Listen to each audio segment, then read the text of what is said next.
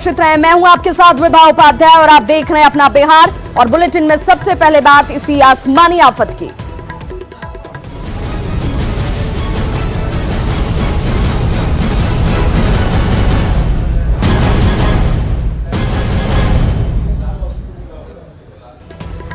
बिहार में आसमानी बिजली मौत बनकर गिरी। सूबे में वज्रपात से अब तक 88 लोगों की जान जा चुकी है। हर तरफ मातम पसरा है। राज्य सरकार ने परिजनों को 4-4 लाख रुपए मुआवजा देने का ऐलान किया है। आसमान से गिरी मौत की बिजली, वज्रपात से 87 से ज्यादा मौत। 23 जिलों में टूटा आसमानी कहर। बिहार में कुदरत का सबसे बड़ा कहर टूटा है। आसमान से मौत बनकर गिरी बिजली ने 87 से ज्यादा लोगों की जान ले ली है। हर तरफ मातम पसरा है। सूबे के 23 जिले आसमानी कहर की चपेट में आए हैं। आकाशीय बिजली ने सबसे ज्यादा गोपालगंज में कहर उठाया है, जहां 14 लोगों की मौत हो गई, जबकि आधा दर्जन से ज्यादा लोग घायल हैं। मधुबनी में आकाशीय बिजली एक दंपति पर गिरी और दोनों की मौत हो गई। घटना पोलपरास थाना इलाके के बेल्हा गांव की है। घटना के समय दोनों खेत में काम कर रहे थे। जिले में वज्रपात ने 8 लोगों की जान ले ली। नवादा में भी वज्रपात ने कहर बरपाया है। जिले में 8 लोगों की बिजली गिरने से मौत हो गई। वारसलीगंज में नदी से मिट्टी लाने के दौरान बिजली गिरने से 4 मजदूरों की मौत हो गई। वहीं मुफस्सिल थाना इलाके में 2 अलग अलग गांव में बिजली गिरने से मौके पर ही 2 महिलाओं की मौत हो गई। दरभंगा में आसमान से बिजली मौत बनकर बरसी। बिजली गिरने से 5 लोगों की मौत हो चुकी है, जिसमें 2 महिलाएं भी शामिल हैं। बिरौल में खेत में धान की रोपनी के दौरान बिजली गिरने से महिला की मौत हो गई, तो हिचौल गांव में 2 लोग आसमानी बिजली का निशाना बन गए। पूर्णिया में आसमानी बिजली ने कहर बरपाया। यहां भी 8 लोगों की मौत हो चुकी है, जिसमें 2 बच्चे भी शामिल हैं। सिमलबाड़ी गांव में गाय चराने गए 2 लड़कों को बिजली ने अपनी चपेट में ले लिया। वहीं सौठा और भमरा लागन गांव में वज्रपात से 2 लोगों की मौत हो गई। औरंगाबाद में आसमानी बिजली से 7 लोगों की जान चली गई, जिसमें 1 बच्ची भी शामिल है। वहीं 2 अन्य लोग इसकी चपेट में आकर झुलस गए हैं। घटना हसपुरा थाना क्षेत्र के नानू बिघा और सिन्हाड़ी गांव की है। सीवान में भी वज्रपात ने कहर बरपाया है। सीवान के विभिन्न प्रखंडों में आकाशीय बिजली गिरने से 6 लोगों की मौत की खबर है। पढ़ड़िया प्रखंड में 2, हुसैनगंज, सीवान और हसनपुर में 1-1 मौत की खबर है। भागलपुर में आकाशीय बिजली की चपेट में आकर 6 लोगों की मौत हो गई। वहीं कई लोग झुलस गए। नारायणपुर में 12 साल के एक बच्चे की मौत हो गई, तो नौगछिया में भी 4 लोगों की मौत हो गई, जबकि 3 लोग झुलस गए। समस्तीपुर में वज्रपात से 2 लोगों की मौत हो गई।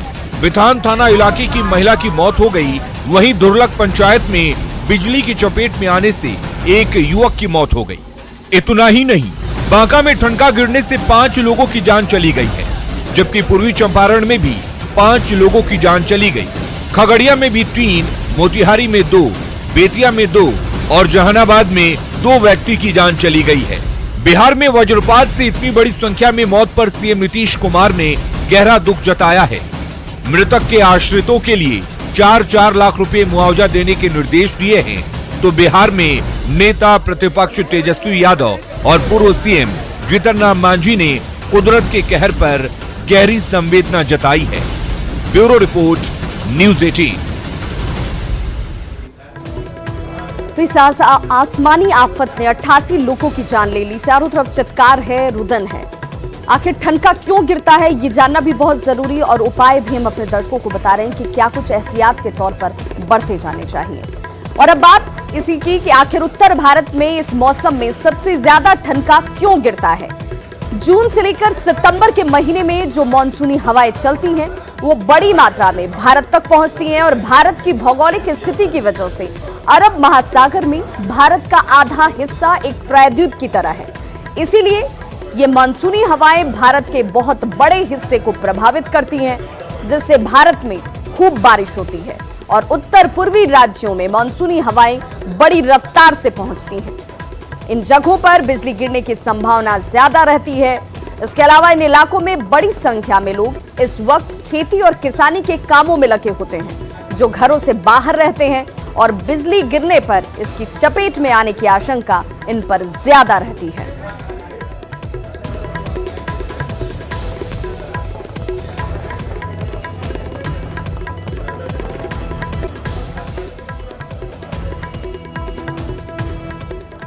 तो बिहार के 1 दर्जन जिलों में आसमानी कहर के बीच मौसम विभाग ने एक बार फिर से हाई अलर्ट जारी किया है, जिसमें अगले 72 घंटे में भारी बारिश की चेतावनी दी गई है।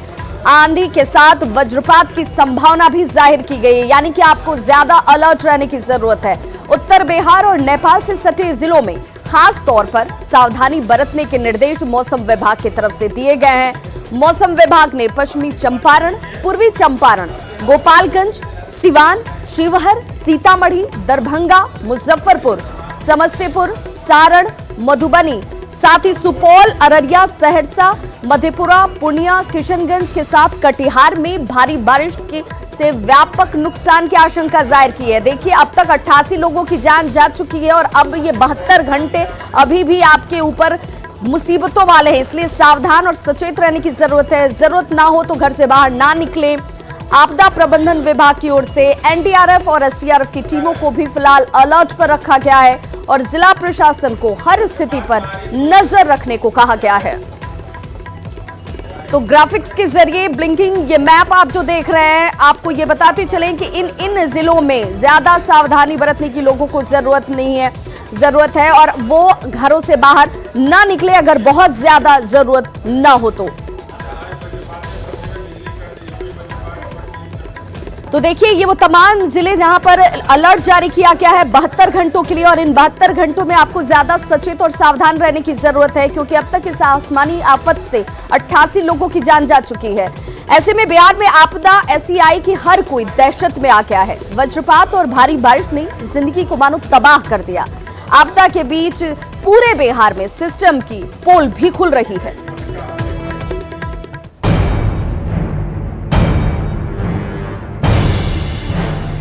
बिहार में वज्रपात और लगातार हो रही भारी बारिश लोगों पर कहर बनकर टूटी है। आंधी तूफान और लगातार बारिश से लोग दहशत में हैं। वहीं इस आपदा के बाद सिस्टम की पोल भी खुल रही है। गोपालगंज सदर अस्पताल में भारी बारिश के बाद इमरजेंसी वार्ड में पानी भर गया। वज्रपात से झुलसे लोगों की परेशानी और बढ़ गई जब अस्पताल में सिर्फ एक डॉक्टर था, वो भी अपने चैम्बर से बाहर नहीं निकल रहा था। अभी इलाज शुरू होता उसके पहले ही बिजली चली गई, ऊपर से जनरेटर का भी इंतजाम नहीं था। भागलपुर में मूसलाधार बारिश के दौरान पुलिस की एक जीप भोलानाथ पुल के पास जमे पानी में फंस गई और उसके बाद गाड़ी स्टार्ट नहीं हुई। बाद में पुलिस की दूसरी गाड़ी आकर उसे रस्सी के सहारे खींचते हुए बाहर निकाली। इस दौरान खराब गाड़ी में ही पुलिस के अधिकारी और महिला जवान बैठे रहे। वहीं किशनगंज रेलवे विभाग के ड्रेनेज सिस्टम फेल होने के बाद पूरा रेलवे कॉलोनी जलमग्न हो गया। ट्रैक पर कई घंटे पानी लगा रहा, जिससे ट्रेनों की आवाजाही में परेशानी हुई। मधुबनी में बारिश में हजारों क्विंटल अनाज भीग गया। जयनगर रेलवे स्टेशन के रैक पॉइंट पर सिस्टम की लापरवाही की वजह से सरकारी अनाज बारिश में भीगकर बर्बाद हो गया। अनाज अनलोड करने के बाद एफसीआई के गोदाम भेजा जाना था। अररिया के फारबिसगंज में लगातार मूसलाधार बारिश से शहर में झील जैसा नजारा देखने को मिला। बारिश के बाद फारबिसगंज नगर परिषद की तैयारियों की पोल खुल गई। बेतिया में भारी बारिश से शहर में जल जमाव की स्थिति पैदा हो गई। शहर का मुख्य पथ झील में तब्दील हो चुका है। नगर परिषद के वार्ड नंबर 2 में भी कुछ ऐसा ही नजारा देखने को मिला। भारी बारिश के बाद सूबे के अलग अलग जिलों से आई ये तस्वीरें ये तस्दीक करने के लिए काफी हैं कि हमारा सिस्टम कितना लाचार है। Bureau report, news 18। तो कुदरत के कहर के बीच सभी परेशान हैं और इस बीच बिजली गिरने की वजह से 88 लोगों की जान जा चुकी है। लेकिन देखिए, लापरवाही की इंतहा भी कि एक मामूली सी बारिश के बाद, थोड़ी सी बारिश के बाद भी किस तरीके से जल जमाव और भराव की स्थिति हो जाती है कि लोगों को सिस्टम को लेकर एक बार फिर से सोचना पड़ता है और जवाब देने वाले अधिकारी सामने नहीं आते। नवादा जिले की बात करें तो देर रात से ही लगातार बारिश हो रही है और बारिश से कई मोहल्ले जल जमाव के हालात में आ गए हैं। अगले 2 दिनों के लिए मौसम विभाग ने अलर्ट जारी कर दिया है। भारी बारिश के बीच नवादा का हाल बता रहे हैं संवाददाता अनिल विशाल। मौसम विभाग का पूर्वानुमान पूरी तरह से सच साबित हो रहा है। नवादा समेत बिहार के कई जिलों में बारिश अपने चरम सीमा पे है। इस वक्त हम मौजूद हैं नवादा समाहरणालय परिसर में। आप जैसा कि देख सकते हैं कि देर रात से लगातार हो रही बारिश से जल जमाव की स्थिति उत्पन्न हो गई है। नवादा शहर के तमाम मोहल्ले जलमग्न हो चुके हैं। इस तरह से नगर परिषद की भी पोल खुलती दिख रही है। कल वज्रपात के कारण जिले में कुल 8 लोगों की मौत हुई थी, जिसमें से वाटसलीगंज प्रखंड के 6 लोग और मुफस्सिल प्रखंड के 2 लोगों की मौत हुई थी। उसके बाद से सरकार के द्वारा अगले 72 घंटे के लिए भी अलर्ट जारी किया हुआ है। इस तरह से न्यूज़ 18 आप सभी लोगों से अपील करता है कि बहुत ज़्यादा ज़रूरत होने पर ही घर से निकलें, क्योंकि अगले 72 घंटे के लिए नवादा का पूर्वानुमान काफ़ी अच्छा नहीं है। तेज़ बारिश के साथ साथ बिजली गिरने की भी संभावना है। तो इस प्रकार से आप देख सकते हैं कि समय पे आए मानसून ने एक तरफ जहां खुशहाली लाई है तो दूसरी तरफ गम भी लेकर आ रही है। नवादा से न्यूज़ 18 के लिए अनिल विशाल। तो शुरुआती बारिश के बीच हालात कैसे बन गए हैं शहरों के, इसे देखकर आसानी से समझा जा सकता है कि आने वाले वक्त कितने मुश्किल भरे होंगे। लगातार बारिश से सासाराम के कई इलाकों में जल जमाव की स्थिति बन गई है। सासाराम के सदर अस्पताल के परिसर में घुटने भर पानी भर गया है। मरीज पानी में ही किसी तरह से आने जाने को मजबूर हैं। वहीं डॉक्टरों को भी खासी परेशानी हो रही है। ये पूरा तालाब सा नजारा जो आप देख रहे हैं, ये सासाराम के सदर अस्पताल का है। कोरोना काल में जहां पर सभी को स्वच्छता को अपनाने की अपील की जा रही है कि वो बहुत जरूरी है कि आप सफाई का ध्यान रखें। ऐसी स्थिति में इस अस्पताल परिसर में जल जमाव की स्थिति देखकर सभी परेशान और चिंतित हैं। समझ सकते हैं कि क्या हालात इस वक्त बने हुए हैं। अस्पताल परिसर के अंदर ये हालात हैं। स्थानीय प्रशासन स्वच्छता के प्रति कितना संजीदा नजर आ रहा है, जबकि इस अस्पताल में 2 आइसोलेशन वार्ड बनाए गए हैं। सिविल सर्जन ऑफिस से लेकर के बच्चों को इलाज के लिए SNCU तक पानी ही पानी चारों तरफ नजर आ रहा है। सिविल सर्जन कह रहे हैं कि देखिए पंपिंग सेट लगाकर पानी को निकालने के इंतजाम किए जा रहे हैं, लेकिन थोड़ा इंतजार करना होगा। हम लोग के पास एक पंपिंग सेट है, वो सेट को तो यूज़ करते हैं। ज़रूरत पड़ने पर और भी पंपिंग सेट खरीदने का हम लोगों ने विचार किया हुआ है और नगर निगम से भी इसमें सहायता लेने का कष्ट किया है। इस तरह से हम लोग जल जमाव माने परमानेंट तो ये नहीं हुआ, ये टेम्प्रोरी मेथड हुआ, क्योंकि ये मॉडर्न हॉस्पिटल बनने जा रहा है। अब जब मॉडर्न हॉस्पिटल बनेगा तो उसमें ये जल जमाव की स्थिति जो होती है उससे निदान के लिए निश्चय ही कुछ न कुछ किया जाएगा। यही सोच के अभी हम लोग जो है तो देखिए अभी आपको इंतजार करना होगा मॉडर्न हॉस्पिटल बनने तक का। तब तक इस वैकल्पिक इंतजाम से ही डॉक्टर और अधीक्षक साहब ये कह रहे हैं कि आपको 2-4 होना पड़ेगा। हालांकि इंतजाम किए जा रहे हैं कि जल्द से जल्द स्थिति बदल जाए। पिछले साल बारिश से आई बाढ़ की वजह से पटना का गोला रोड इलाके के लोग जो हैं वो 2 माह तक घरों में ही जल कैदी बनकर रह गए थे। इस बार भी लोगों की परेशानी खत्म होने का नाम नहीं ले रही है, क्योंकि देखिए अभी जो स्थिति और जो तस्वीरें आपको नजर आ रही हैं कि कुछ भी काम पूरा नहीं हुआ है। जल जमाव नहीं हो इसे लेकर नाले का निर्माण शुरू जरूर किया गया, लेकिन अब मानसून पहुंच चुका है और आलम यह है कि बारिश में अधूरे नाले की खुदाई कर मजदूर यहां से अब गायब हैं। फिर इलाके के लोग एक बार फिर से दहशत में। जायजा लिया न्यूज़ 18 संवाददाता रजनीश कुमार ने। नगर निगम और नगर परिषद के रवैये को देखकर शायद आप भी हैरान हो जाएंगे कि अब बारिश जब शुरू हो गई है, जब मानसून नजदीक आ गई थी, उसके बाद नाले की खुदाई शुरू होती है। ये देखिए आप, ये नाला वही है जहां पर डैम बनाने की बात कही जा रही है, यानी गोला रोड, महावीर कॉलोनी, तमाम जो इलाके के लोग हैं, जहां पिछली बार भारी बारिश की वजह से लोग 2 माह तक हाउस अरेस्ट रहे थे, जिसके बाद इस बार देख सकते हैं कि लोगों की मांग पर नाले की उड़ाही जरूर की गई है, नाले की खुदाई हुई है कि ये बताया गया कि ये डैम बन रहा है। और देखिए पिछले 10 दिन पहले इस नाले की खुदाई होती है, लेकिन अब भारी बारिश की वजह से काम बंद हो जाता है और लोग फिर से इस बार डरे सहमे हैं। हम बात करते हैं महावीर कॉलोनी के लोग हमारे साथ मौजूद हैं कि इस बार फिर से एक डर सता रहा होगा। हाँ बिल्कुल, मतलब बारिश का मौसम शुरू होने के बाद काम लगा है। पिछले बार के अपेक्षा थोड़ी सी बारिश हुई है, अभी ही जल जमाव हो गया है। अगर पिछले बार की तरह बारिश होती है तो फिर बहुत मुश्किल होगा। कहाँ गए सब मजदूर, सब कहाँ गए? तो ये गड्ढा खोदने के बाद ये लोग दिखाई नहीं दे रहे हैं। इस साल भी बारिश हो ही रही है और मानसून पहले आ गया है और बारिश की वजह से भी जितना खुदाई हुआ था वो भी डूब रहा है। अब देखिए क्या खुदाई कब शुरू हुई? अभी यही 5-6 दिन पहले से हो रहा है छोड़कर भाग गया फिर? सब अभी कहाँ कुछ नहीं हो रहा है। अभी कोई काम ही बंद है सब कुछ। इसी तरह छोड़ा गया। जब प्रशासन को बुलाया जाता है तो बोलते हैं कि ठीक है देखते हैं और ये इस बार भी बाढ़ आना है एकदम श्योर है। अगर बारिश हो गए 2-3 दिन तो एकदम बाढ़ आएगा। काम पूरा नहीं हुआ? काम नहीं पूरा हुआ। आप देख सकते हैं खुद कचरा है, ये डेंगू हो जाएगा इससे। बिल्कुल, तो इलाके के लोग बता रहे हैं कि फिर से इस बार बाढ़ आने की संभावना है, चूंकि पिछले बार लोग डरे सहमे थे और 2 महीने तक घरों में कैद रहे थे, जिसके बाद नगर निगम ने भरोसा दिया था कि डैम बनाएंगे, नाले की खुदाई करेंगे। लेकिन देखिए ये क्या खुदाई हुई है। 10 दिन में जो काम हुआ है आपके सामने है। अब बारिश शुरू हो गई है, मौसम विभाग ने 72 घंटे का अलर्ट जारी कर दिया है। ऐसे में मजदूर जो है नदारद हो गए हैं और काम अधूरा छोड़कर फरार हो गए हैं। तो अब लोग फिर से डर रहे हैं कि कहीं इस बार भी डूबना ना पड़ जाए। कैमरामैन मनीष जुनेजा के साथ रजनीश कुमार, न्यूज़ 18 पटना। तो चलिए सीधे रुक कर लेते अपने सहयोगी रजनीश का ही, जो हमारे साथ इस वक्त गोला रोड से सीधे लाइव जुड़ रहे हैं। रजनीश, पिछली बार की गलतियों से कहें या फिर पिछली बार के जो हालात बने थे उससे कुछ सबक नहीं सीखा हमने शायद, क्योंकि जो ग्राउंड रियलिटी है उसे देख करके तो यही लग रहा है।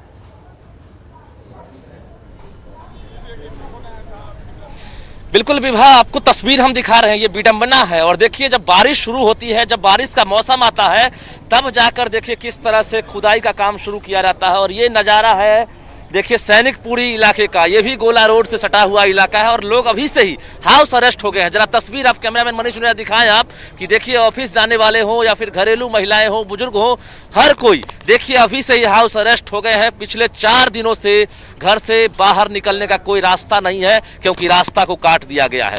मजदूर गायब हैं, ठेकेदार गायब हैं, जवाब देने वाला कोई नहीं। अब मजबूरन लोग किसी तरह से बांस मंगवा कर देख सकते हैं चचरी का पुल बनाने की तैयारी शुरू किए हैं। और देखिए कि महिलाओं को किस तरह से लगातार गुहार कर रही है न्यूज़ 18 से। हम वहां तक नहीं पहुंच पाएंगे, लेकिन कोशिश करते हैं कि वो आवाज आप तक पहुंचे।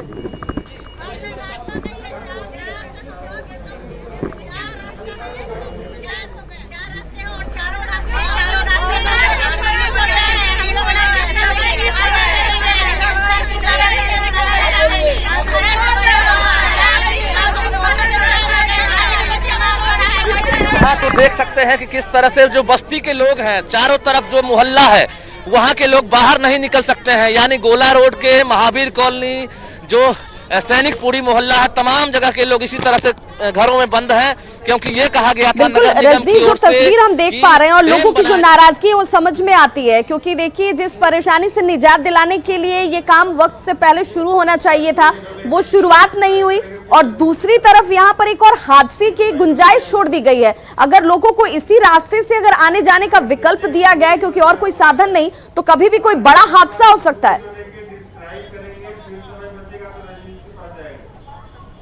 बिल्कुल हादसे को निमंत्रण यहाँ पर देता हुआ दिख रहा है। कुछ लोग हैं, जरा बात करते हैं यहाँ पर। कितनी परेशानी आप लोगों को हो रही है? देखिए पूछिए मत, इसके लिए पिछले साल बाढ़ आया था, उसके लिए जब कंप्लेन हुआ तो इन्होंने आ करके और इस तरह से डिस्टर्ब कर दिया और कहता है कि रोड पर जाने का आपका कोई रास्ता नहीं है, आप लोग पीछे से जाइए। बताइए, बाढ़ से बचिएगा आप लोग? हाँ, इस बार बचिएगा बाढ़ से? बाढ़ से बचने का बात छोड़ दीजिए, बाढ़ से ज्यादा तो इसमें कष्ट हो गया। लोग बीमार हो रहे हैं, बच्चे बीमार हैं, उनको ले जाने के लिए कोई साधन नहीं है। और नाला की सफाई जो नहर के रोड से लेकर और मैजेस्टिक सिटी तक नाला की उड़ाही करके और रोड पर जो है कचरा पूरा रख दिया है, जो कि मेरा नाम चंद्रमणि पांडे। बिल्कुल रजनीश, हम इन स्थिति को देख करके ये समझ सकते हैं कि किस तरीके से लोगों की नाराजगी और नाराजगी वाजिब भी नजर आती है, क्योंकि अगर इस बात का इंतजार किया जा रहा था कि मॉनसून देर से आएगी और तब तक हम काम पूरा करेंगे, तो फिर हमने हादसों से या यूं कहें कि पिछली गलतियों से कोई सबक नहीं लिया है। फिलहाल आपको हम 2 तस्वीरें दिखाने जा रहे हैं जो बेहद महत्वपूर्ण है। आसमानी कहर से बिहार में चित्कार मचा हुआ है। बिजली से 92 लोगों की मौत हो चुकी है। बिजली गिरने की वजह से 92 लोगों ने अपनी जान गंवा दी है और इस पर सीएम, पीएम से लेकर राष्ट्रपति तक ने अपनी गहरी संवेदना जाहिर की। 4 लाख रुपए मुआवजे के साथ ही हर संभव मदद के लिए सरकार ने ऐलान कर दिया है। और कार्य इस बात के भी किए जा रहे हैं कि लोगों को राहत जल्द से जल्द पहुंचाई जा सके। वहीं नेपाल से पानी से बहाव ने बिहार में बाढ़ के हालात को और गंभीर बना दिया है। हम आपके सामने दो तस्वीरें दिखा रहे हैं। बिहार की बड़ी आबादी कुदरत के कहर से इस वक्त परेशान है, हलकान है। आसमान से आफत बनकर बिजली गिरी और अब तक 92 लोगों ने अपनी जान इस वजह से गंवा दी है। वहीं दूसरी तस्वीर देखिए, नेपाल से सैलाब जिस तरीके से बिहार में आ रहा है और उसके बाद नदियों का जलस्तर बढ़ता हुआ, बाढ़ की वजह से इन इलाकों में रहने वाले लोगों की परेशानी बढ़ती हुई और किस तरीके से कटाव होता हुआ हजारों हेक्टेयर जमीन जो है इन पानियों में विलीन होती जा रही है। लोगों के आशियाने बह रहे हैं और एक बार फिर से लोग इस बात को लेकर के परेशान कि क्या इस बार भी हम डूबेंगे।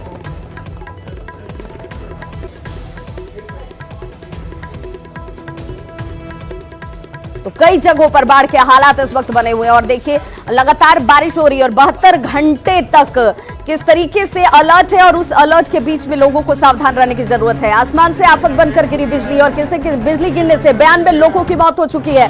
आंकड़ा लगातार बढ़ता हुआ 92 लोगों ने अपनी जान गंवा दी है। बिहार में आसमान से आफत बनकर बिजली गिरी और 92 लोगों को ली लिया इसने। अचानक से आफत बनकर जब ये बिजली गिरी है तो लोग समझ नहीं पाए, संभल नहीं पाए और 92 लोगों ने अब तक अपनी जान गंवा दी है। गोपालगंज में सबसे ज्यादा 14 लोगों की मौत हुई है। वहीं पूर्णिया में 8 लोगों की, जबकि सिवान में 7 लोगों ने अपनी जान गंवाई और यह आंकड़ा बढ़कर अब 92 तक जा पहुंचा है। जिलेवार हम वो आंकड़े अपने दर्शकों को दिखा रहे हैं कि कहां से कितनी मौत की संख्या इस वक्त सामने आती हुई, जिन लोगों ने बिजली गिरने की वजह से अपनी जान गंवाई है। चारों तरफ चित्कार मचा हुआ है। हालांकि इस बीच परिजनों को 4-4 लाख रुपए मुआवजे का ऐलान भी कर दिया गया है।